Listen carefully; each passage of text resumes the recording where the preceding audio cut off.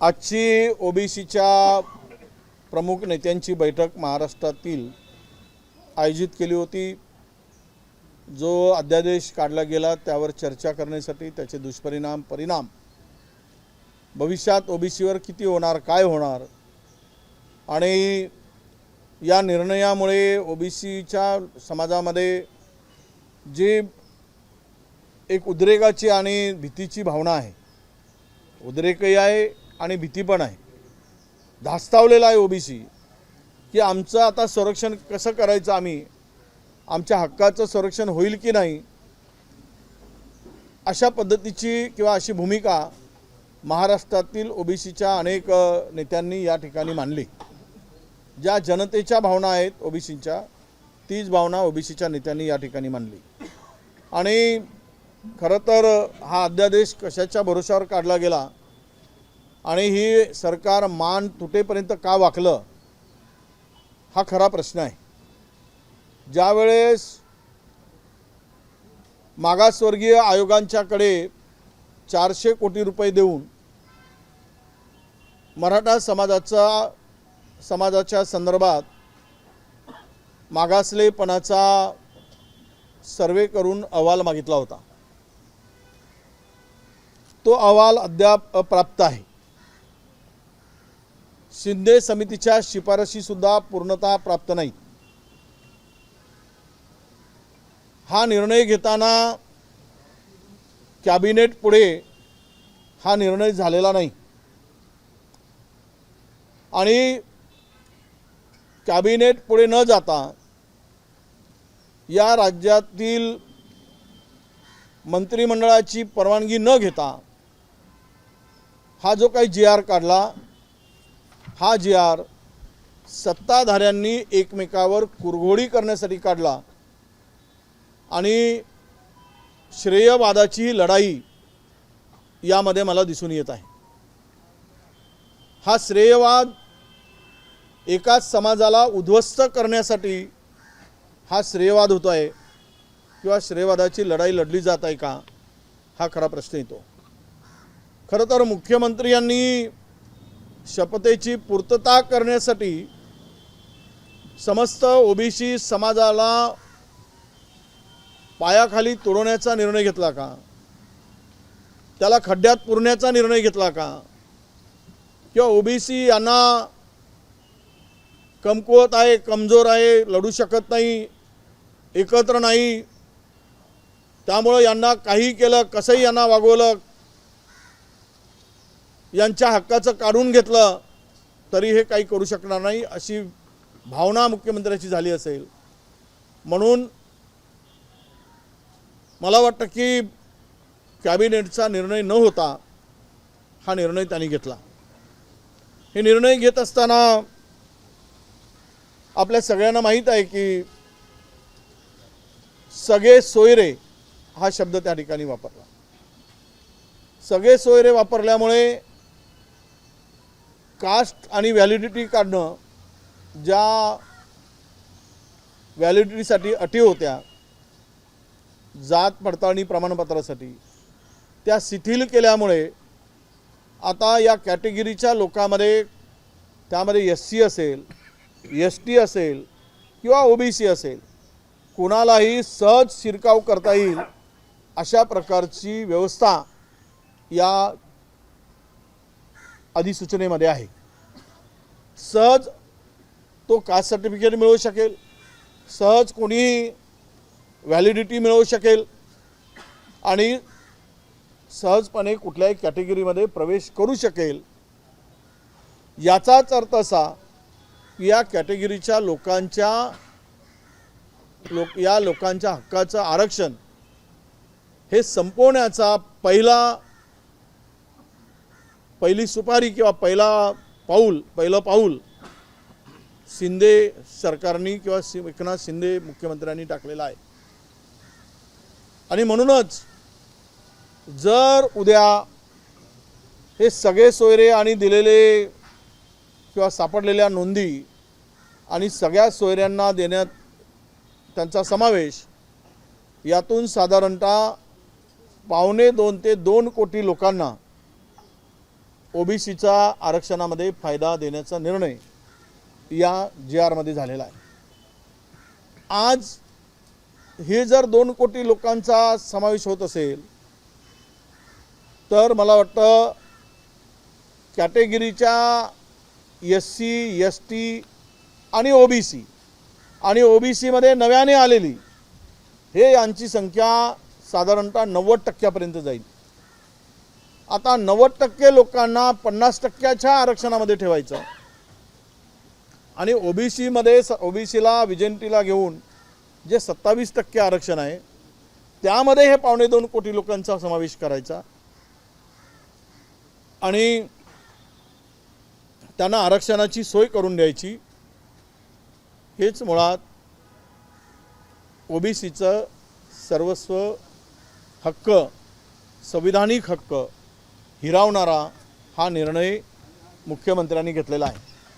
मराठा समाजाला आरक्षण देण्यासंदर्भात जी भूमिका वारंवार मुख्यमंत्र्यांनी मांडली की आम्ही ओबीसीतून आरक्षण देणार नाही, ओबीसीच्या वाट्याचं काढून घेणार नाही, जी भूमिका उपमुख्यमंत्र्यांनी मांडली त्याच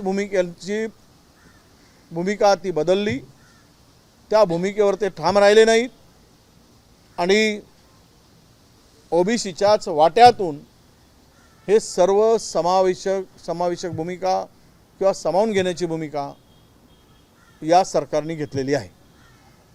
एकीकडे या सगळ्या संदर्भात ही भूमिका घेत असताना यांचे वेगवेगळे वक्तव्य पुढे येत आहेत। एक तर नारायण राणेंची भूमिका घेतलेल्या सरकारविरोधी भूमिका आहे का हे त्यांच्या वक्तव्यातून दिसत आहे। दुसरीकडे देवेंद्र फडणवीसजी म्हणतायत की आम्ही वरिष्ठाकडे या भूमिकेच्या संदर्भात चर्चा करू। म्हणजे काय, त्यांची भूमिका जर वरिष्ठाकडे चर्चा करण्याची असेल म्हणजे हा अध्यादेश काढला त्यांना त्यांचा विरोध आहे का, या सरकारचं शिंदे फडणवीसांचं एकमत आहे काय की नाही आहे हेही कळायला मार्ग नाही। म्हणजे वेगवेगळ्या भूमिकेतून जी भूमिका आता कॉन्ट्रोवर्शियल दिसते। एकीकडे मुख्यमंत्री म्हणतात की मराठा समाजावरचे जे गुन्हे झालेत ते आम्ही विड्रॉ करू, आम्ही काढून घेऊ, तर उपमुख्यमंत्री म्हणतात की ते आम्हाला सरसकट काढता येणार नाही। म्हणजेच या सरकारमध्ये दोघांच्या अडेलतट्टू भूमिकेमुळे आणि दोघांच्या श्रेयवादामुळे आमच्या ओबीसीचा बळी जातो आहे हे आता मला दिसायला लागलं आहे। याला जबाबदार म्हणून सरकार आहे की शिंदे आहेत की कॅबिनेट आहे याचा खुलासा कुठेही होताना दिसत नाही।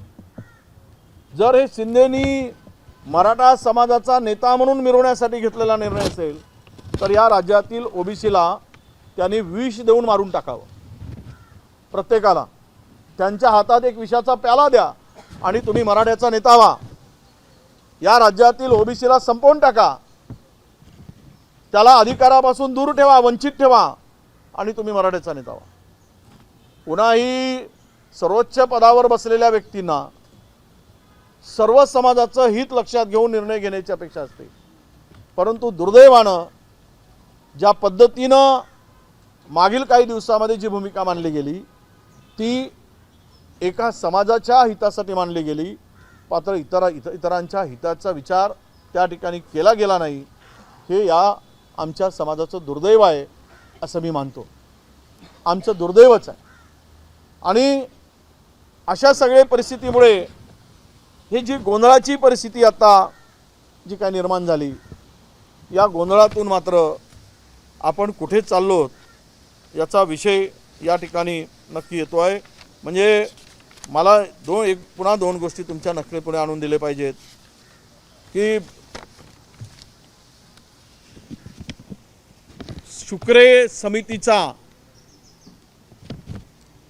अहवाल अजूनही आला नाही मागासवर्गीय समितीचा, तर मागासवर्गीय कोण हे सिद्ध कसं होणार। राहिला विषय ज्यांना नोंदी आहेत किंवा ज्यांना वंशावळीप्रमाणे नोंदी आहेत त्यांना देण्यासाठी आमचा अजिबात विरोध नाही, पण हे सगळे सोयरे म्हणून जर एकानी दुसऱ्या समाजाशी लग्न केलं तिथेही त्यांना घुसवणार आणि सर्वांना मात्र त्यामध्ये घेऊन टाकण्याचा जो काही निर्णय झाला याला मात्र नक्की आमचा विरोध राहील।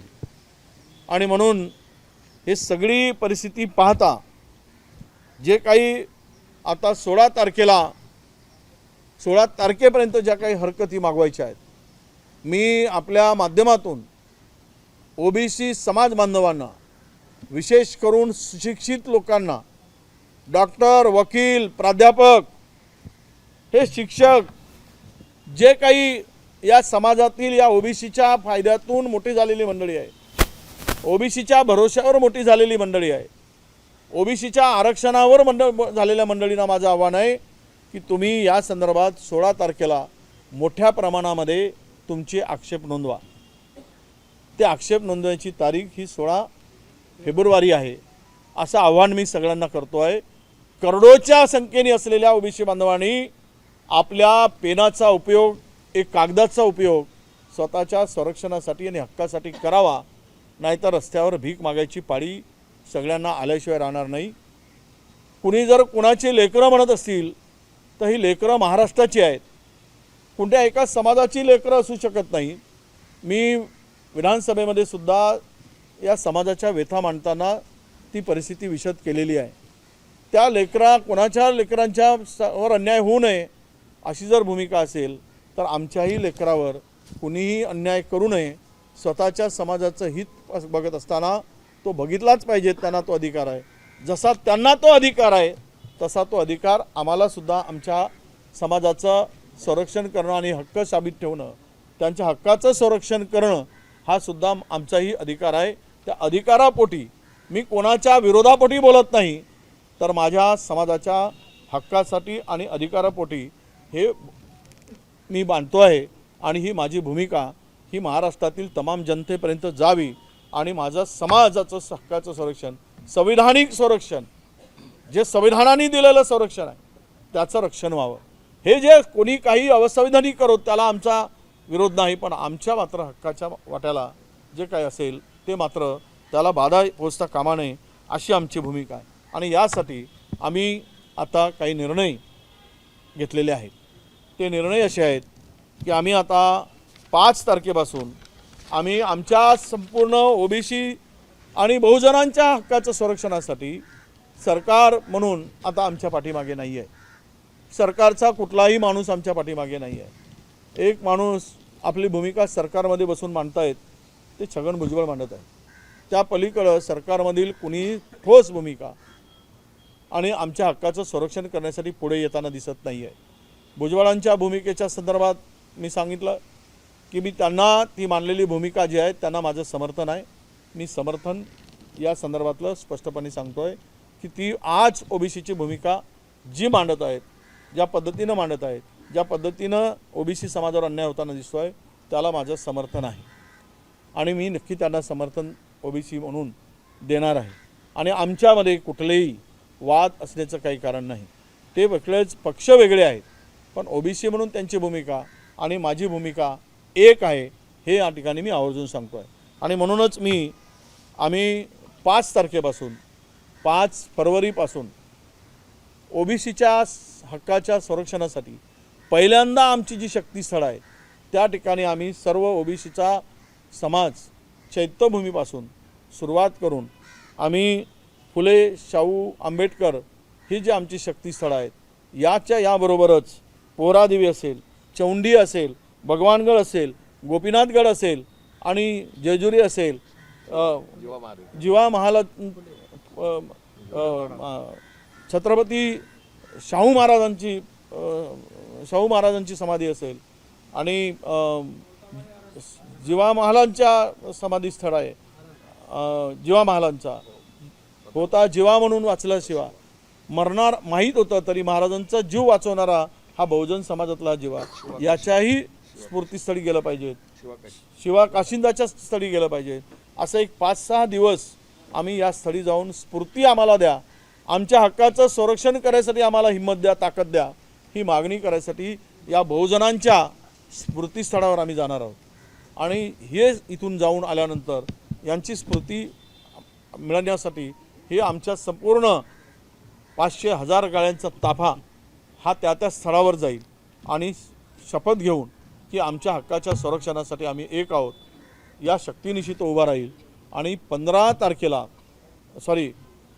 तारखेला आम्ही संभाजीनगरला विराट अशी ओबीसीच्या हक्काच्या संरक्षणासाठी कुणाला दिलंय याचा विरोध म्हणून नाही, आणि हे लक्षात घेतलं पाहिजे कोणी, आणि आमच्या अंगावर कोणी येण्याचा विषय नाही.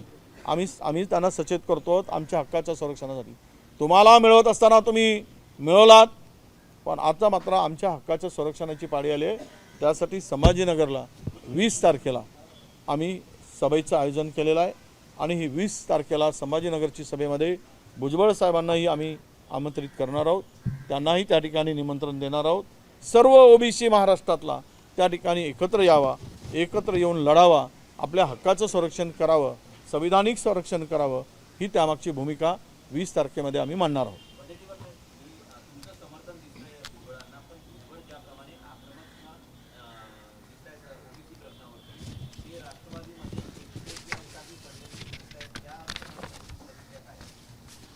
असं आहे की ओबीसीमध्ये मंत्रिमंडळामध्ये तुम्ही पाहताय किती ओबीसी चेहरे आहे, आणि आहेत तर अनेक जण शेपूट घालून सत्तेची खुर्ची उभवत आहेत. शेपूट घालून मुद्दाम शब्द वापरतो. त्यांना सत्ता महत्त्वाची आहे, ओबीसी आणि आपल्या समाज बांधवाचं हित महत्त्वाचं वाटत नाही, म्हणून ते शेपूट घातले आहे. कोणी लढतो आहे तो एकटा पडणारच, कारण सत्ता आणि संघर्ष जर ज्यांना करायचा आहे तो समाजासाठी, तर त्याला एकटे पाडत असतील तर हा समाज नक्कीच ओबीसी म्हणून स्वतःच्या संरक्षणासाठी जो लढेल त्याच्या पाठीशी उभा राहील.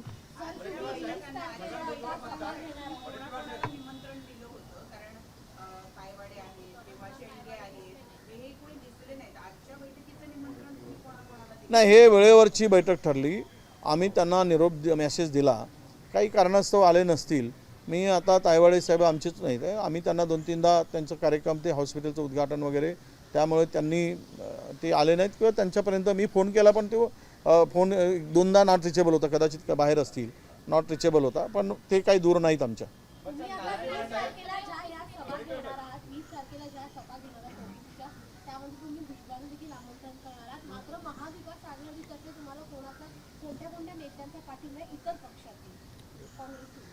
मला पाठिंबा, आम्ही लढाई ओबीसीची हां असं आहे की मला वाटत नाही. मी आता भूमिका आजच मांडली आणि आजच एकाकी म्हणणं म्हणजे हे गैर होईल. आणि मी परत एकदा सांगतोय, तुम्ही अर्धवट दाखवू नका. आम्ही मराठा समाजाच्या आरक्षणाला अजिबात विरोध केलेला नाही. सरकारने भूमिका जी मांडली, वारंवार ओबीसीच्या डोळ्यात धुळफेक करण्याचं काम केलं. ओबीसीच्या कोट्यातून देणार नाही, ओबीसीच्या वाट्यातून देणार नाही, ओबीसीला धक्का लागू देणार नाही. अरे धक्का नाही म्हणजे तुम्ही तर कुठं फेकून दिला आम्हाला, आता काय परिस्थिती निर्माण करून ठेवली. आणि आज काय झालं, दुःखानं काय सांगावं लागतं. ठीक आहे मिळालं, पण ढोल कुठे वाजवत आहे? ओबीसीच्या घरापुढे का ढोल वाजवत आहे तुम्ही? गुन्ह्या गोविंदानं राहणारा हा समाज, अनेक वर्ष एकत्र राहणारा समाज, हा एकमेकाचा वैरी का करताय तुम्ही? तुम्ही वैरी म्हणून बघत आहे काय? म्हणजे गावाला तुम्हाला उद्ध्वस्त करायचं आहे काय? गावं अशांत करायची आहेत का तुम्हाला? या पद्धतीनं वागणं बरोबर आहे का? हे सुद्धा चुकीचं आहे. अनेक गावातून आम्हाला रिपोर्ट मिळाले, तो छोटासा समाज आपला संरक्षणासाठी हक्कासाठी त्या गावात राहत असेल तर 5-25 लोकांच्या घरापुढे ढोल वाजवणं, गुलाल उधळा, तुम्ही आपल्या घरापुढे उधळा ना, पण ओबीसींच्या घरापुढे जाऊन गुलाल उधळणं हे चुकीचं आहे. म्हणून माझी मोठा बंधू म्हणून मराठा समाजाला विनंती की तुम्ही या पद्धतीच्या कृत्याला समर्थन करू नका, हे चुकीचं होत आहे.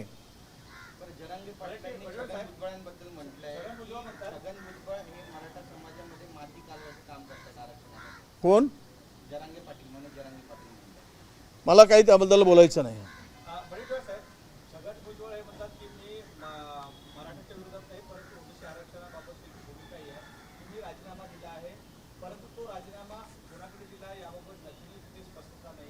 त्याच्यामुळे असं दिसतं की ओबीसी समाजामध्ये हा स्वयंसेव मात्र कायम आहे. परंतु सरकारमध्ये आहे, परंतु सरकारमध्ये असतानाही ते सरकारवर दबाव का टाकत नाही आणि असे निर्णय होत असताना त्यांना माहीत का नाही, हा एक त्यांच्या मागावरचा संशय या ठिकाणी उत्पन्न होतो. काय म्हणतो? अरे आता थोडंसं ते काय म्हणतात, थोडी शस्त्र आहेत त्यांच्याकडे, ते शस्त्रच काढून घेण्यासाठी लागलेत का तुम्ही? ठीक आहे, लढाई लढतो ना माणूस, काही शस्त्र आहेत चिल्लर थोडे थोडे त्यांच्याकडे, ना भाला आहे, ना पिस्तूल आहे, ना बंदूक आहे. आता काय ते चाकू वगैरे असेल छोटासा तर तेही काढून घ्या, म्हणजे निशस्त्र करता काय त्यांना? वडट्टीवार साहेब आधी नारायण राणे साहेबांनी त्यांच्या म्हणजे जे काही मंत्रिमंडळाचं छोटासा सपोर्ट आहे तेही काढून, म्हणजे तुम्ही आम्ही रस्त्यावरच लढलो पाहिजेत आणि बाकी सत्तेत राहून मस्ती मारत लढले पाहिजेत. असं म्हणायचं का, कारण मध्यंतरी मागणी झाली होती जरांगे पाटलांच्या म्हणण्यावर आरक्षण मिळाल्यानंतर ओबीसीतल्या काही लोकांनी असं सुद्धा म्हटलं होतं की आता भुजबळांचा लढा हा नाकाम ठरलेला आहे, तर भुजबळांनी राजीनामा द्यावा. तुम्हाला काय वाटतं? नाही नाही, मला नाही वाटत की कोणी राजीनामा द्यावा. मी राजीनाम्याच्या विरोधात आहे. बघा, ज्याला जिथे लढायचं आहे तिथे लढलं पाहिजेत, भूमिका स्पष्ट मांडली पाहिजेत. काढायचं असेल तर काढून टाकतील बहुमताच्या भरोशावर, ज्यांना तो त्यांचा अधिकार आहे ठेवायचं की नाही. पण त्यांनीच राजीनामा द्यावा हे काय आहे? मग आम्ही मागतो मुख्यमंत्र्यांनी राजीनामा द्यावा, आमच्या ओबीसीचा सत्यानाश केला म्हणून. देणार आहेत का उद्या? विचारा त्यांना. आम्ही मागणी करतो सगळे आमच्या पुढे. बरं सर, नारायण राणे यांच्या भूमिकेबद्दल काय म्हणाल? कारण आता ते म्हणतात की मराठा आणि कुणबी हे एकत्र नाही आहेत, वेगवेगळे आहेत. आता यापूर्वी त्यांनी म्हटलं होतं, त्यांच्या अध्यक्षतेमध्ये जी समिती नेमली होती त्यात त्यांनी रिपोर्ट दिला होता की दोघं एकत्र आहेत, असा दावा केला होता. त्यामुळे त्यांच्या भूमिकेबद्दल काय? हायकोर्ट, सुप्रीम कोर्टात आपल्याला सगळ्याला माहीत आहे सर्वोच्च न्यायालयात काय झालं, हायकोर्टात काय झालं. आणि काही जणांची भूमिका सत्याला धरून आहे, काही जणांची भूमिका ही सोयीनी आहे. ती आता सत्य आहे की सोयीची आहे मला वाटतं राणीसाहेब सांगू शकतील. हां,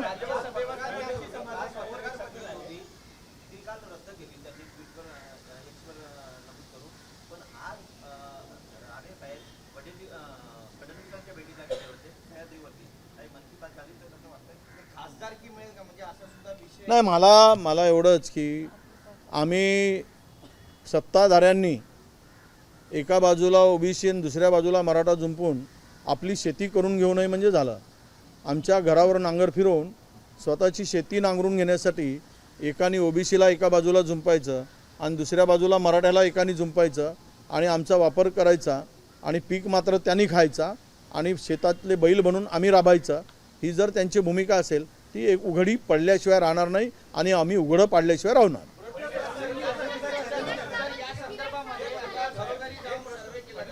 हां, सर्वे हां, केला जातो. ठिकठिकाणी जाऊन जात विचारली जाते. जे सेलिब्रिटी आहेत त्यांनी सुद्धा आक्षेप घेतलाय.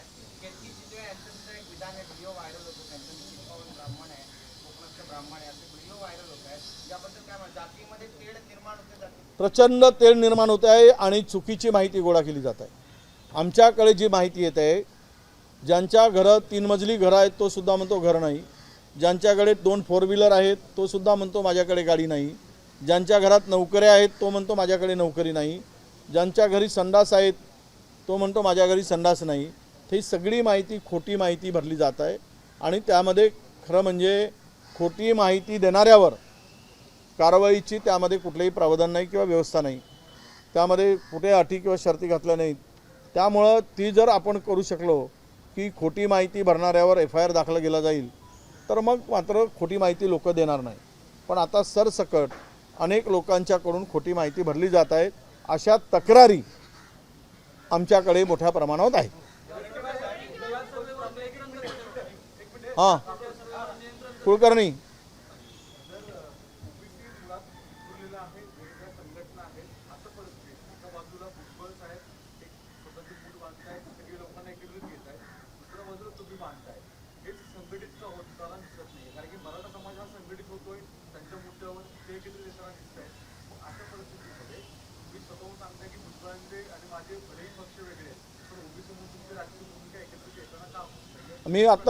मी भाऊ तेच मांडलं आत्ता. त्यांच्या भूमिकेला माझं समर्थन आहे म्हणजे काय?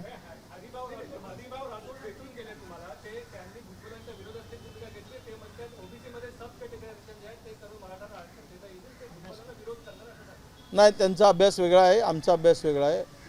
त्यामुळे त्यांच्या भूमिकेला आम्ही आत्ता तरी समर्थन नाही.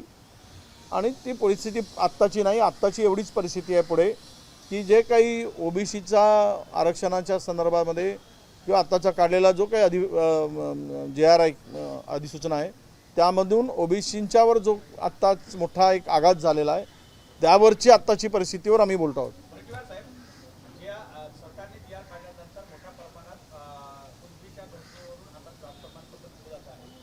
ज्याप्रमाणे मराठा समाज ॲक्शनमध्ये होता तसा ओबीसी समाज ॲक्शनमध्ये नव्हता, म्हणून ह्या सगळ्या जी आर काढण्याची ताकद सरकारने आपली दाखवली असं या ठिकाणी पाहायला मिळतं. नाही, आम्ही कमजोरच आहोत. आमच्याकडे ना लढण्याची शस्त्र आहेत, ना साखर कारखाने आहेत आमच्याकडे, ना आमच्याकडे पैसा आहे, ना आमच्याकडे संस्था आहेत, ना आम्ही उद्योगपती आहोत, आम्ही भिकारी आहोत. आणि सरकार आमच्याकडे नाहीत, ना आमचा उपमुख्यमंत्री आहे, ना आमचा मुख्यमंत्री आहे. आमचे 2-4 मंत्री आहेत, ते शेपूट घालून बसले आहेत सत्तेसाठी. त्यामुळे आम्ही कमजोर झालो आहोत. त्यामुळे फायदा घेतात तर फायदा घ्या तुम्ही.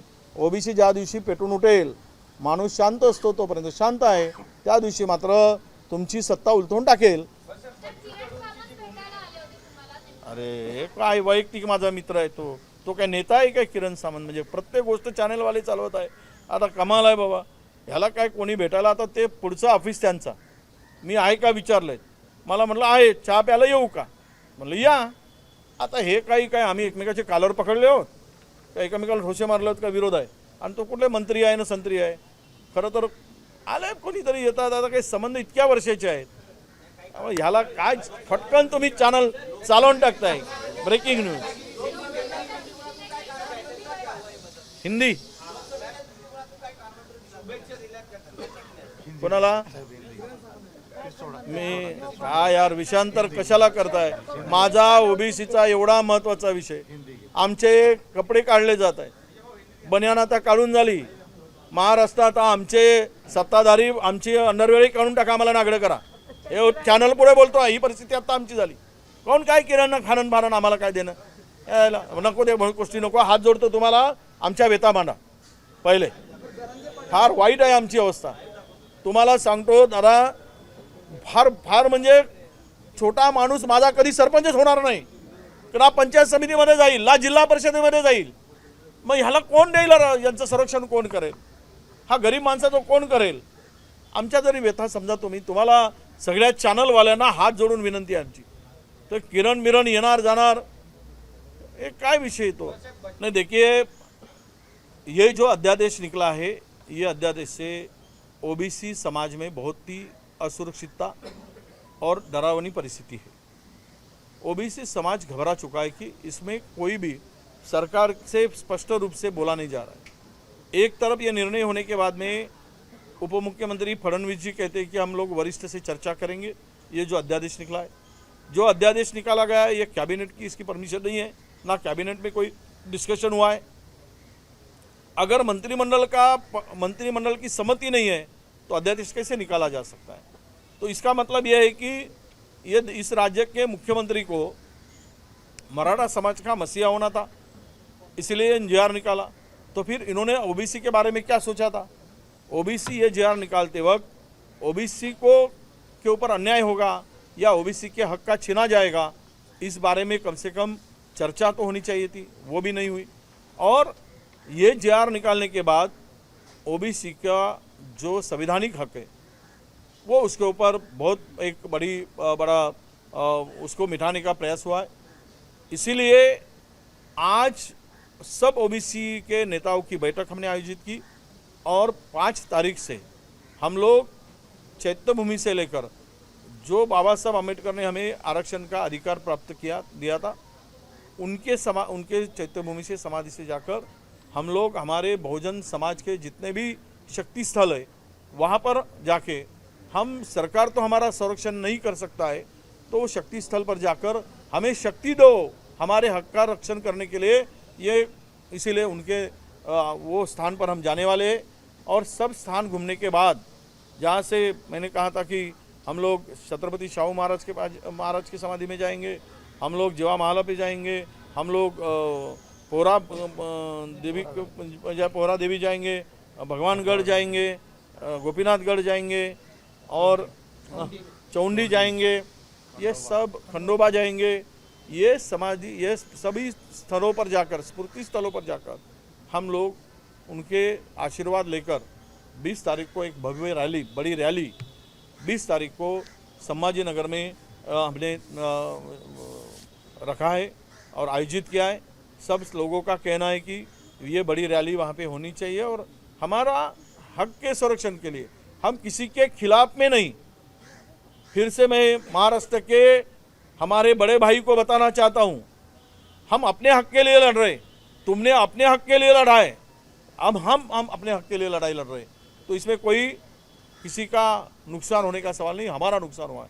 तो मैं ये कहता हूँ कि हम सब लोग इस सभा में रहने वाले, मैं भुजबल साहब को भी विनती करने वाला हूँ कि आप भी संभाजी नगर की सभा में आइए।